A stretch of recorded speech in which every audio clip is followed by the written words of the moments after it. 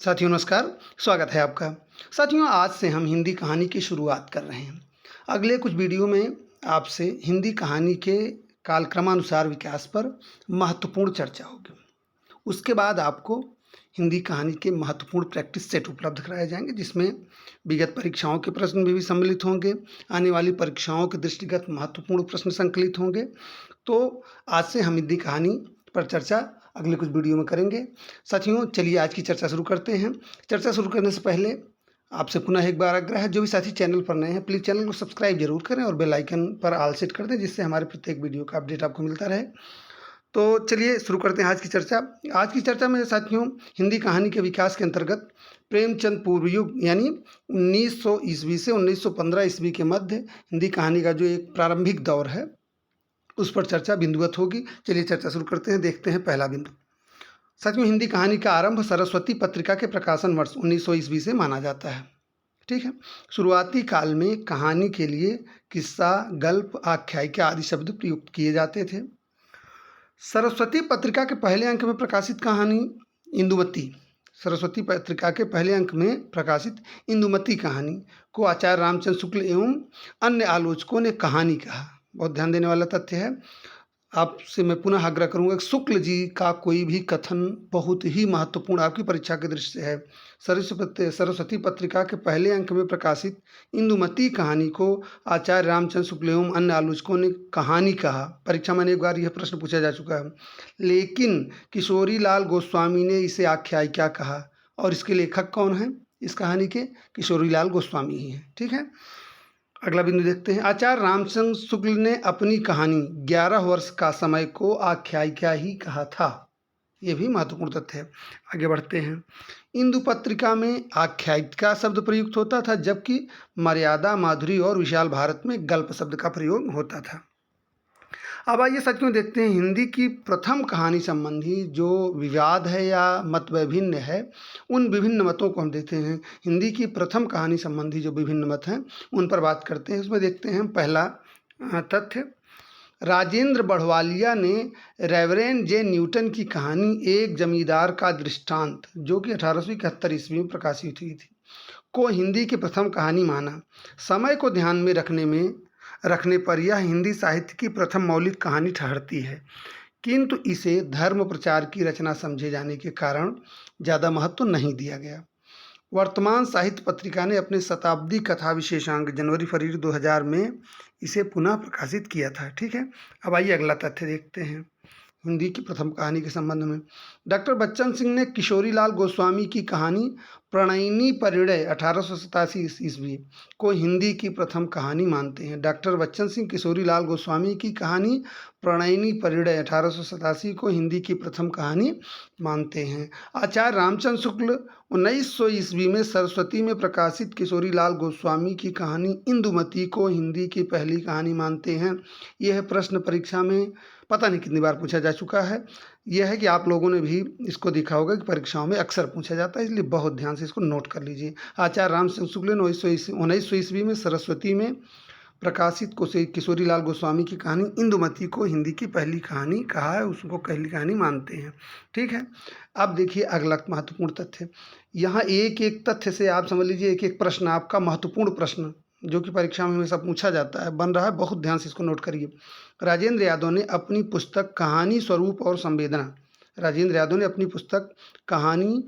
और संवेदना में इंदुमती कहानी पर शेक्सपियर के नाटक टेम्पेस्ट का प्रभाव यानी छायानुवाद साबित करते हुए, ये देखिए बहुत शेक्सपियर के नाटक टेम्पेस्ट का प्रभाव किस पर उन्होंने बताया? राजेंद्र यादव ने इंदुमती कहानी पर शेक्सपियर के नाटक टेम्पेस्ट का प्रभाव यानी छायानुवाद साबित करते हुए चंद्रधर शर्मा गुलेरी की कहानी उसने कहा था 1915 को हिंदी की प्रथम मौलिक और कलापूर्ण कहानी घोषित किया। अब यहाँ देखिए ये इनका मत एकदम अलग है कि राजेंद्र यादव जी कहते हैं कि उसने कहा था, जो कि 1915 में सरस्वती में प्रकाशित हुई थी। ये गुलेरी जी की कहानी है। इसको राजेंद्र यादव जी किसको हिंदी की पहली कहानी मानते हैं? उसने कहा था को। ठीक है, बढ़ते हैं आगे, देखते हैं अगला प्रश्न। अगला तथ्य, श्री देवी प्रसाद वर्मा ने छत्तीसगढ़ मित्र पत्रिका में प्रकाशित माधवराव सप्रे की कहानी एक टोकरी भर मिट्टी 1901 ईस्वी को हिंदी की प्रथम कहानी घोषित किया। श्री देवी प्रसाद वर्मा ने छत्तीसगढ़ मित्र पत्रिका में प्रकाशित माधवराव सप्रे की कहानी एक टोकरी भर मिट्टी को हिंदी की प्रथम कहानी घोषित किया। बहुत से विद्वानों का मत इनके समर्थन में है, वो एक टोकरी भर मिट्टी को हिंदी की प्रथम कहानी मानते हैं।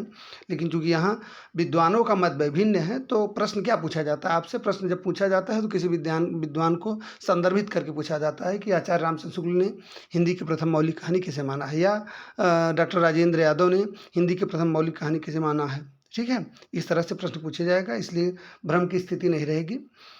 माधवराव सप्रे ने बाल गंगाधर तिलक के मराठी ग्रंथ गीता रहस्य का हिंदी अनुवाद किया था। ठीक है, अब आइए बढ़ते हैं, अगला तथ्य देखते हैं। लक्ष्मी नारायण लाल ने शिल्प विधि की दृष्टि से आचार्य रामचंद्र शुक्ल की कहानी 11 वर्ष का समय 1903 ईस्वी में प्रकाशित हुई थी को हिंदी की प्रथम कहानी स्वीकार किया है। अब देखिए, यहाँ लक्ष्मी नारायण लाल जानते हैं, सुप्रसिद्ध नाटककार हैं। इनका क्या मत है? ये कह रहे हैं कि शिल्प विधि की दृष्टि से आचार्य रामचंद्र शुक्ल की कहानी 11 वर्ष का समय हिंदी की पहली कहानी। ठीक है, अब आगे बढ़ते हैं। भवदेव पांडे ने बंग महिलाकृत चंद्रदेव से मेरी बातें, ध्यान से देखिए, भवदेव पांडे ने बंग महिलाकृत चंद्रदेव से मेरी बातें को हिंदी की पहली कहानी माना है। बंग महिला का पूरा नाम क्या था? राजेंद्र बाला घोष। ये परीक्षा में पूछा जा चुका है कि बंग महिला का पूरा नाम क्या था। इनका नाम था राजेंद्र बाला घोष। बंग महिला की काल क्रमानुसार प्रकाशित कहानियाँ ये देख लेते हैं, चूँकि बहुत महत्वपूर्ण है इनकी कहानियाँ आपकी परीक्षा की दृष्टि से। चंद्रदेव से मेरी बातें 1904 ईस्वी। कुंभ में छोटी बहू 1906, कुंभ में छोटी बहू भी परीक्षा में पूछा जा चुका है। दुलाई वाली तो हमेशा पूछा ही जाता है, दुलाई वाली 1907 ईस्वी। और दालिया 1909 ईस्वी। दुलाई वाली बहुत ही महत्वपूर्ण है। अब आगे बढ़ते हैं। राय कृष्ण दास ने बंग महिलाकृत दुलाई वाली 1907 ईस्वी को हिंदी की पहली कहानी माना है। बंग महिला को हिंदी की प्रथम कहानी लेखिका माना है। ठीक है, अब यह किसका मत है? ये रायकृष्ण दास का मत है। सबका अपना, आप देख रहे हैं, अलग अलग मत है। सबके अलग अलग मतों को जानना महत्वपूर्ण है, और प्रत्येक कहानी का प्रकाशन वर्ष जानना महत्वपूर्ण है। यह भी महत्वपूर्ण है कि वह किस पत्रिका में प्रकाशित हुई थी, इसको भी जानना महत्वपूर्ण है। ठीक है, राय कृष्णदास ने बंग महिला कृत दुलाई वाली को हिंदी की पहली कहानी माना है। बंग महिला को हिंदी की प्रथम कहानी लेखिका माना जाता है। अब आइए देखते हैं अगला तथ्य, बहुत महत्वपूर्ण। सरस्वती पत्रिका में प्रकाशित हिंदी की आरंभिक कहानियाँ। हिंदी की जो आरंभिक कहानी है सरस्वती पत्रिका में प्रकाशित हुई थी, उसके बारे में आइए बात करते हैं। इसमें पहला है इंदुमती। इंदुमती 1900 ईस्वी में प्रकाशित हुई थी। इसके लेखक किशोरीलाल गोस्वामी। किशोरीलाल गोस्वामी की ही अगली कहानी है गुलबहार, 1902 ईस्वी में प्रकाशित हुई थी। प्लेग की चुड़ैल 1902 ईस्वी में प्रकाशित हुई थी। ये भगवान दास की कहानी है। 11 वर्ष का समय 1903 ईस्वी में प्रकाशित हुई थी। ये रामचंद्र शुक्ल की कहानी है। परीक्षा में अनेक बार यह प्रश्न पूछा जा चुका है, इसको रट लीजिए। पंडित और पंडितानी 1903 ईस्वी में प्रकाशित हुई थी। गिरिजा दत्त वाजपेयी की कहानी है, यह भी परीक्षा में पूछी जा चुकी है। और दुलाई वाली बंग महिला 1907 ईस्वी। ठीक है, आइए देखते हैं अगला तथ्य। अब देखते हैं हम कि प्रारंभिक दौर की कुछ महत्वपूर्ण कहानियाँ और उनके कहानीकार। प्रारंभिक दौर में कुछ महत्वपूर्ण लेखक जिन्होंने कहानियाँ लिखी थी, बहुत बड़ा ये मतलब बहुत विस्तृत ये कंटेंट नहीं है, बहुत छोटा सा है, जिसको तेजी से देख लेते हैं। केशव प्रसाद सिंह की दो कहानी है, चंद्रलोक की यात्रा और आपत्तियों का पहाड़। माधव प्रसाद मिश्र की कहानी है पुरोहित का आत्मत्याग और मन की चंचलता। मन की चंचलता बहुत ही प्रसिद्ध और परीक्षा की दृष्टि से बहुत महत्वपूर्ण, अनेक बार परीक्षा में पूछी जा चुकी है, इसको एकदम अंडरलाइन कर लीजिए आप। मन की चंचलता, पुरोहित का आत्मत्याग, इनकी दो कहानियाँ हैं। दोनों का प्रकाशन वर्ष 1900 ईस्वी। गिरिजा दत्त वाजपेयी की एक कहानी पति का पवित्र प्रेम, यहाँ महत्वपूर्ण। कार्तिक प्रसाद खत्री की कहानी है दामोदर राव की आत्मकहानी, महत्वपूर्ण है। सूर्य नारायण दीक्षित की कहानी चंद्रहास का अद्भुत व्याख्यान 1906 ईस्वी में प्रकाशित हुई थी। वेंकटेश नारायण की कहानी एक असरफी की आत्मकथा 1906 ईस्वी में प्रकाशित हुई थी। वृंदावन लाल वर्मा, ये दोनों कहानियाँ बहुत ही महत्वपूर्ण है, इसको एकदम अंडरलाइन कर लीजिए। राखी बंद भाई 1909 ईस्वी में प्रकाशित हुई थी। और तातार और एक वीर राजपूत 1910 ईस्वी में प्रकाशित हुई थी। ठीक है, विश्वंभर नाथ जिज्जा की कहानी विधि ढहिरे, ये भी आपके लिए महत्वपूर्ण है। राधिका रमण प्रसाद सिंह की कहानी कानों में कंगना 1913 ईस्वी। और बिजली, ये आपकी परीक्षा की दृष्टि से दोनों महत्वपूर्ण है। और विशंभर नाथ शर्मा की कहानी रक्षाबंधन 1913 ईस्वी में प्रकाशित हुई थी। लाला पार्वती नंदन इनका असली नाम था गिरिजा कुमार घोष, लेकिन ये हिंदी में लाला पार्वती नंदन के नाम से लिखते थे। ठीक है, इनकी 4 कहानियाँ हैं, बिजली, मेरी चंपा, एक के दो दो, मेरा पुनर्जन्म। ठीक है, अब आइए चंद्रधर शर्मा गुलेरी की कहानियों की बात करते हैं। साथियों, इनकी 3 कहानियाँ बहुत प्रसिद्ध हैं और उसमें से एक विशेष आप जान रहे हैं, उसने कहा था, ये अपने आप में बहुत ही महत्वपूर्ण है। तीनों कहानियों को क्रमशः देख लीजिए इनके प्रकाशन वर्ष के अनुसार, क्योंकि ये परीक्षा में प्रकाशन वर्ष लगाने का भी पूछा जा चुका है। ये सुखमय जीवन 1911, बुद्धू का कांटा 1914 और उसने कहा था 1915। ठीक है साथियों, उसने कहा था कहानी इस काल की उपलब्धि है जिसमें केंद्रीय चरित्र लहना सिंह के माध्यम से प्रेम, कर्तव्य तथा आत्म बलिदान के पारस्परिक संघर्ष का मर्मस्पर्शी चित्रण किया गया है। यह हिंदी की पहली ऐसी कहानी है जिसमें फ्लैशबैक शैली, पूर्वदीप्त शैली का प्रयोग किया गया है। यह प्रश्न परीक्षा में कई बार पूछा जा चुका है कि हिंदी की किस कहानी में पहली बार फ्लैशबैक शैली का प्रयोग किया गया था, तो इसको याद कर लीजिए, उसने कहा था। ठीक है, उसने कहा था कहानी 1915 ईस्वी में सरस्वती पत्रिका में प्रकाशित हुई थी। महत्वपूर्ण तथ्य, नोटेबल तथ्य। ठीक है, उसने कहा था कहानी 1915 ईस्वी में सरस्वती पत्रिका में प्रकाशित हुई थी। सुखमय जीवन कहानी भारत मित्र में प्रकाशित हुई थी।